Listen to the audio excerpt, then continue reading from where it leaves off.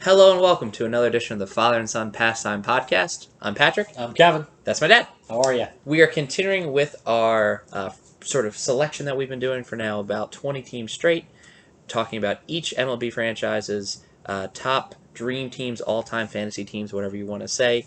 Today's feature is the Los Angeles Dodgers. We've been talking West Coast. We just talked about the San Francisco Giants. Mm-hmm. Now we're talking about a little rivalry here with the LA Dodgers. They don't like each other. No, absolutely. If you're a Dodgers fan watching this, you're not even going to tune in to our San Francisco Giants podcast. You'll just watch the Boys in Blue. So if you're just joining us, you're just watching the LA one, that's fine. Welcome. Give us a like. Give us a subscribe. But some things that we do to earn on this list: 3 years of team service time, specifically to the Los Angeles Dodgers. So we're looking from 1958 onward. We're not talking Brooklyn here. We're talking LA. So that's very important to note. So people that will get left off this list, we may come visit when we do Brooklyn Dodgers one day. We don't talk about Jackie Robinson. We don't talk about Roy Campanella and some of the people that were on the Brooklyn Dodgers that sort of were at the back end of their career, like Duke Snider and Gil Hodges, may not make these lists. So keep that in mind that we'll talk about 58 players to 2019 players. Think about this for a minute. New York had 3 professional baseball teams at one point playing in the same city. Yeah. That's a lot of baseball. Yeah. You know? And they were a less populated city than they are today. Yeah. So think of it, and you were either a Giant, Dodger, or Yankee fan, and that's where you were, depending on the borough you were in. Yeah. But think about a major city supporting 3 baseball teams. Unheard of. I know. There's still 2 and all that stuff, but yeah. Right. So we got the LA Dodgers today. We'll start first with catcher. I started first last time with catcher, and it was kind of a really fun way to do it, so I'm going to start as well. Talking about one of my former favorite players, Mike Piazza is my pick at catcher. We have a 6-time All-Star here, a Rookie of the Year, and his lowest average with the Dodgers was .318. So when he was early in his career, he hit the cover off the ball, not only in power, but for average as well. Not a great defensive catcher, we know that with Mike, talking about the Mets as well. Mm-hmm. But Mike Piazza deserves this list. Hall of Famer. I agree. He really made a name for himself. Godson of Lasorda. And he was back when the draft was so many rounds. He was in the 60 round draft choice. So he wasn't well thought out of. I think he went to high school in Pennsylvania, but then got drafted as a kind of favorite of Tommy because that was his godson. And then look what happened to him. So out of a 60th round draft choice, became a Hall of Famer. And really, again, his offense spoke volumes. And again, good leader. And I think he was well liked by the media as well. Yeah, I can like Mike Piazza. Yeah. Who do you have for first base? I just want to say one thing. Oh, sure. 2 other catchers in the mix, and Mike was great, but there was Steve Yeager during the Steve Garvey era, Davey Lopes, and he also said that he was a great catcher, and then John Roseborough back in the Willie Mays era and all that stuff. Were 2 other outstanding catchers in Dodgers history. Just want to give them a little notoriety. Yeah, we're just doing the starters here, not the full 25-man roster, but rightly so. Yep. So who's your starting first baseman? Steve Garvey. Yeah, I agree. He had a fantastic career.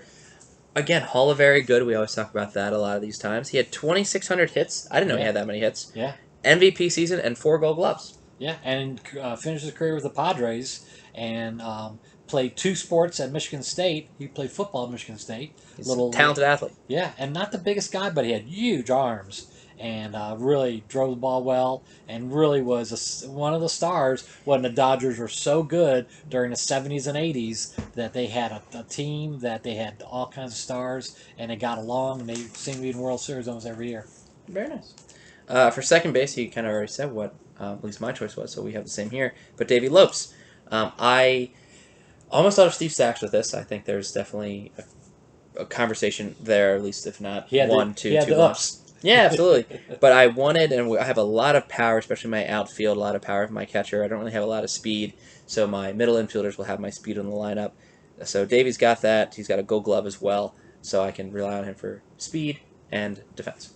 Just a little known fact, some people that live in Annapolis, Maryland, thought I looked like Davey Lopes. Sound off in the comments below if you're from Annapolis, Maryland, or think he looks like Davey Lopes. Yes, for whatever reason, that's what this podcast has come to. That's one of the things I had to say. I appreciate the comment. Who do you have for shortstop? Maury Wills. Same. Another speed. Yeah, I mean, he was I mean, he was like, when they were not the greatest team in the world, Maury batted leadoff, and he always was the kind of a star when they were like a little mediocre back in the 50s and everything else. But he was the Ricky Henderson of his day and stole a ton of bases and always was the top of the stolen base. And they couldn't throw him out. He always stole and had a great percentage and everything else. But he was a great player. Yeah, I appreciate the comparison to Ricky Henderson because I don't know this is true or not, but Ricky Henderson and Maury were the only people that I'm aware of that had more stolen bases in their career than RBIs. So I think that's a very interesting stat. Both batted leadoff. That makes obviously a lot of sense. Yeah. And then Maury also was an MVP. He had a great year with averages and hits and stolen bases, and he actually earned an MVP that way, kind of a non-traditional way. And a very mediocre team, by the way. To earn a most valuable player. So thought that was interesting. Yeah. For third base, I have my, I guess the only really active name on my starting lineup, but Justin Turner. So Justin Turner, I really think is an underrated player. I know he's on the Dodgers. I know he's an all-star and all that. But while he's been a Dodger, he's had a .305 career average with the Dodgers. He's had less if you look at his whole career. But when he shows up for the Dodgers, he's fantastic. And that's a Hall of Fame average. He has an outside shot to be in the Hall of Fame, and no one's talking about him. And because he's in Nolan Arenado's defensive class. Right. And the Orioles released him. Yeah. There's a lot of mistakes the Orioles have done. I had Ron Say, the Penguin. And that's my backup, Yeah. And he was, again, Garvey, Lopes, and all that stuff. But another little guy, and he had tremendous power and a really good defensive third baseman. But he's, again, probably won't be in the Hall of Fame, but he should be knocking on the door because he played probably well until his upper 30s, and he had a great career with the Dodgers. Yeah, absolutely good choice there. Let us know. This is our first position we disagreed on. So would you play Turner or Say? Who do you have for left? You know what? I went back and forth. I'm going to go with Kirk Gibson. Okay. Just because of... Right. And, what he meant to the Dodgers. Another two-sport athlete at Michigan State, and went on to have a great career. Had some injuries down the road and all that stuff. But I had him and Dusty Baker kind of like in the same thought process. But I think Kurt won just because of what he did in the playoffs. I think both of those would make a, top 25-man roster for me. My backup. My choice wasn't either one of those people. I'm with Gary Sheffield. So Gary Sheffield was a left fielder for the Dodgers, even though he played right for many other teams. I love Gary Sheffield. I know there's, again, steroid allegations. We talked about Bonds with the Giants. Both left fielders, kind of interesting there. But Sheffield had a 300-plus average every year with the Dodgers. Fantastic arm. I know you... Yeah. Scary arm, can throw you out type of thing. It was a shortstop coming up. Yeah, shortstop with the Padres for a little bit, I believe. But I just love the way Gary Sheffield played. He's a big guy. I don't think every one of his stats is asterisk, if that makes any sense, due to steroids. And I have no trouble making him my starting left fielder. Hall of Fame candidate? No, I think because of the steroid allegations. Okay. Yeah. But he had that kind of career. He did. Yeah. I'm pretty sure he had over 500 runs, but check me, please. Let me know. I think he's in the neighborhood, that's for sure. My center fielder is Matt Kemp. Interesting. Again, this is because Duke Snider didn't have the numbers his back end, his LA career, if that makes any sense. I'm looking at that. I know Duke Snider's a Hall of Famer, much respect to Duke. But Matt Kemp, 2 Gold Gloves, and in that late 2000s, early 2010s, I don't think there was a better center fielder than Matt Kemp. I had Willie Davis. Okay, tell me more about Willie. Willie was, again, when they were not that great, but he was their center fielder for 15 years. By far the best defensive center fielder in the National League, and played in the shadow of Willie Mays. So he was the great center fielder, but in Willie Mays' shadow, and then never got the credit he deserved. But he was a great player during that time, 50s and 60s and all that stuff. And again, I saw him black and white TV and everything else, but he's the one he could go get it and was very prototypical. If you compared him to somebody, it'd be like Willie Wilson. So he's long, lanky. So the Willies. Yeah. So just fantastic with all that. And then there was a guy that was the first draft choice ever in the major leagues. Rick Monday was another great center fielder. Save for the flag. That's correct. an iconic moment. Yeah. And again, started the draft in '65, and he was the first one out of Arizona State. That's awesome. Yeah. So very interesting. We started agreeing. We went through catcher, first base, second, short. Now we haven't agreed in a while. I don't think we're going to agree in right field. Who's your choice for right field? Reggie Smith. Yeah, we're not going to agree. Tell me about why you chose Reggie. Switch hitter, war number 7, again in the middle of the lineup. Again, perennial All-Star, was just fantastic. Centerpiece of the Dodgers for a number of years. Again, didn't get the recognition he deserved. West Coast, whatever you want to call that, but he was a star with the Dodgers during the Dusty Baker era and all that stuff. But yeah, I just loved watching him play. So Reggie didn't make my 25-man roster, honestly. So I was between two people. I was between Shawn Green and Raul Mondesi. Ooh. And I went with Raul Mondesi. I like the Shawn Green approach. He was great. He hit more home runs than Raul Mondesi. He played less as a Dodger, and Mondesi played more as a Dodger. So I went with someone that has more, I guess, Dodger blood, true blue, bleeding Dodger type of thing.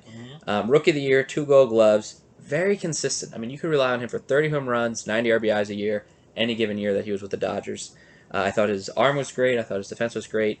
Shawn Green, I love watching you play, absolutely. Yeah. But Raul Mondesi just had more years with the Dodgers and, I guess, a better sample size for me to put as a starter. And both of them didn't get the recognition they deserved. They were really great players. Shawn Green was a great hitter. Yes. I mean, he hit 46 home runs one year, I want to say. A double machine. Yeah, he could hit for anything. Power, average, you know. Yeah, good choice. Good choice. All right, so we split on positions. Pitching, Dodgers have been blessed with Hall of Fame pitchers. I mean, we have 4 that come to mind. We got Koufax, we got Drysdale, we got Kershaw, we got Don Sutton.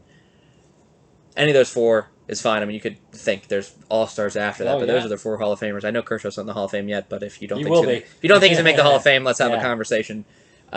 Who's your pick? I'll go Sandy Koufax. I do too. He retired at 32. No, 30. 30. His last game when he was 30 years old. Yeah. If he would have pitched 5 more years, God knows what his numbers would have been. But he was another one in the era of 2-1 games, 1-0 games. He was unhittable. Yeah. And most of the time, when the morning paper came out, they didn't have the West Coast scores, but you always got them, a day after. Right. But every time he pitched, it was like 2 hits, 3 hits, 0 walks, 10 strikeouts, 11 strikeouts, and he was phenomenal. And then him and Drysdale pitched in the same rotation, same years. What a hell of a 1-2 punch! Yeah. Don Drysdale also stopped pretty young in his career too. Yeah. But Koufax had 3 Cy Youngs. I want to say the year his final year, he had a Cy Young. Not many people go out on top like that. Yeah. He also had an MVP season as well as a pitcher. So Koufax is my pick. I want to say one of those pitchers. I think it was Kershaw also had an MVP year just as pitcher. Yes, you're correct. So any of those 4 is a completely respectable choice. We both went with Koufax. And I cannot remember why Koufax retired, and I can't remember his reason, but so many people question, what are you doing? Yeah, he's still made the Hall of Fame, though. Yeah, the prime of his career, he just walked away. Yeah, that's Garrett Cole going, I'm good.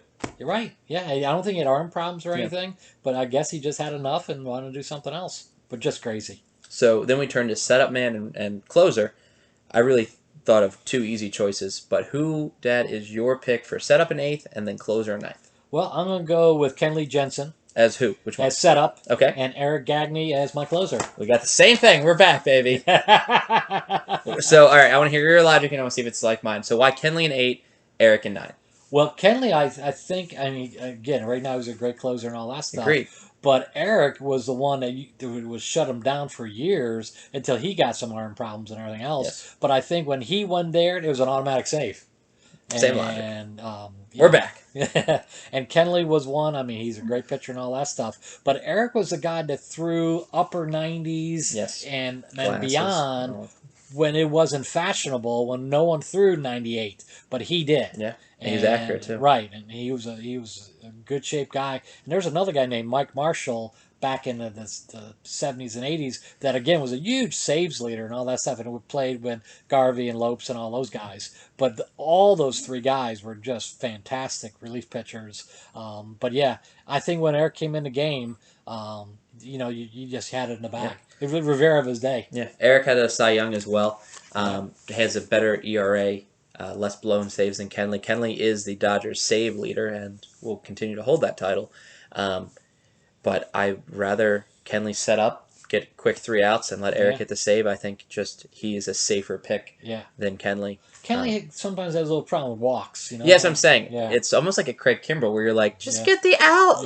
Come on. Yeah. But Eric, I think, is more dominant than Kenley. Yeah. Who, I think it's I guess you could go two options here with the Dodgers, but who's managing your team? Tommy Lasorda. I chose Tommy as well. I think he's God in L.A. I mean, if you think about a guy that could go anywhere in town and get a free dinner, it's going to be Tommy. Tommy gets to coach Mike Piazza here in our dream team scenario, which is fun. But I think, they've had Walter Alston back in the day. That was the other pick. He's a great manager, too. 4 wins. Back in those eras, the managers got a year-to-year contract. So no matter how well or how poor you did, you were fighting for next year's contract. So Walter Alston I think he managed for 24 years and got 24 one-year contracts.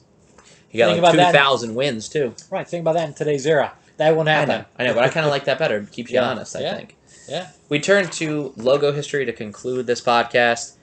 What's your favorite logo, Dad? It's kind of all the same. Yeah, D, all the above. Yeah. I don't know. They all look the same to me. I won't pick one. Yeah. Yeah. If you have a preference, let us know. But I do like the Dodger dog. I will say that. That's always a cool little thing. It's a cool little mascot, and obviously the hot dog at the park. Yeah, we've never had a Dodger dog, but I think in my lifetime I hope to have a Dodger dog. Yeah. I've had a Fenway Frank. You got to have a Dodger dog. You got to balance it out. You got to go East Coast, West Coast dogs. If you haven't had a Fenway Frank, make sure you have one. Thank you again for watching us. Please, if you wouldn't mind, like and subscribe to us. Check out our other videos. Even if you're not a Giants fan, it's a good commentary there, too. More agreeances in the Dodgers, so please let us know who you like better. Obviously, the outfield was all different, as well as third base. So give us a comment below with who chose the better picks. Yes, and happy Father's Day to all the fathers out there. Thank you. Well, I'm not a father, but go ahead and close it out. Yeah, with father and son. Yeah, share this with your dad. Share this with your son. There you go. And enjoy Father's Day. Absolutely.